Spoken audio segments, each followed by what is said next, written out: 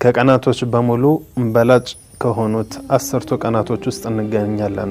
አላሁ ተባረከ ወተዓላ በቁርአን ከማለባቸው ነገራቶች ውስጥ እነዚህ 10 ቀናቶች ይገኛሉ።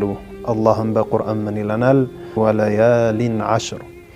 አብዛኛው ሙፈሲሮች ወለያሊን ዐሽር ብሎ የማለባቸው ቀናቶች እነዚህ 10 ቀናቶች ናቸው ይላሉ። ማለትም የዙልሒጃ ወር ከጀመረ ጀምሮ ዒደል አድሓን ጨምሮ ማለት ነው። ስለዚህ ከቀናቶች በሙሉ በላጭ መሆናቸው በምን መልኩ ነው የሚለውን ዑለማዎች በተለያየ አይነት መልኩ ተናግረዋል። ከነዚህ ፈዲላዎች ውስጥ ምንድን ይገኛል? እኛ በእነዚህ በ10 ቀናቶች ውስጥ ጧዓ የምናደርግ ከሆነ አላህን የምንገዛ ከሆነ በሌሎች ቀናቶች ያንን ተመሳሳይ ስራ እንኳን ብንሰራ በእነዚህ ቀናቶች የምንሰራው የበለጠ አጅር ያስገኝልናል።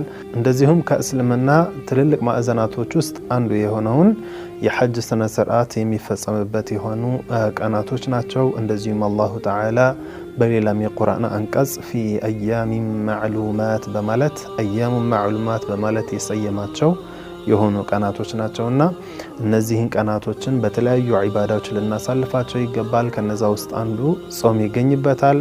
ስለዚህ እነዚህ 9 ቀናቶችን መጾም የተወደደ የሆነ ነገር ነው። በተለይ ደግሞ የዙልሒጃ 9ኛዋን ቀን የጾመ ሰው ነቢያችን ዓለይሂ ሰላቱ ወሰላም በሐዲሳቸው እንዳሉት ያለፈውንና የሚመጣውን 1 ዓመት ወንጀል ያስምራል ብለዋልና በእነዚህ ቀናቶች በዒባዳ እንድንጠ